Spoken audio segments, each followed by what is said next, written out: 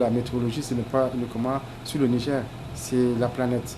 D'accord. Maintenant, pour pouvoir donner une explication à ce qui se passe sur le Sahel central, même pas sur le Niger uniquement, vous prenez le Mali, vous prenez le Burkina, vous prenez le Niger, vous prenez également une partie du Tchad, qui est l'Afrique centrale, l'Afrique centrale, vous allez constater tout simplement que il y a un problème au niveau du golfe de Guinée. Quand je parle du golfe de Guinée, je parle de cette partie, c'est-à-dire le littoral entre la Guinée, la Sierra Leone, Libéria, Ghana, Côte d'Ivoire. Cette partie-là que vous voyez ici, c'est l'océan Atlantique.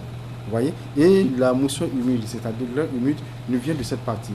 Mais malheureusement, ce qui se passe au niveau de ce littoral, au niveau du golfe de Guinée, nous avons ce qu'on appelle de la convection. Nous avons une anomalie chaude, c'est-à-dire que les températures de l'océan Atlantique sur cette partie sont chaudes. Et quand ces températures-là sont élevées, ça entraîne de la convection. Quand je parle de convection, ça entraîne des formations orageuses ici. Vous voyez le nuage ici sur la côte. Donc quand il y a ces nuages-là qui se forment ici, n'est-ce pas? Et donc toute la convection va se passer ici. Donc ça ne va pas permettre à l'air humide de pénétrer comme il le faut dans le Sahel central. C'est pour cela, aujourd'hui, nous sommes le 10 juin, non? Vous voyez la position du FIT au niveau du Niger. Donc la conséquence de ce qui se passe ici au niveau du littoral, au niveau du golfe de Guinée, affecte le Sahel central. Donc, au fait, voilà un peu le problème que nous sommes en train de faire face. Et cette situation-là, malheureusement, va perdurer pour les prochaines semaines.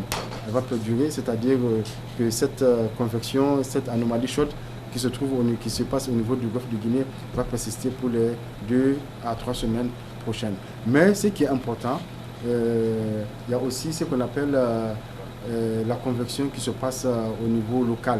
Par exemple, hier, vous avez parlé de la poussière en début de saison. Donc, vous voyez très bien ici, par exemple, là, on peut le voir.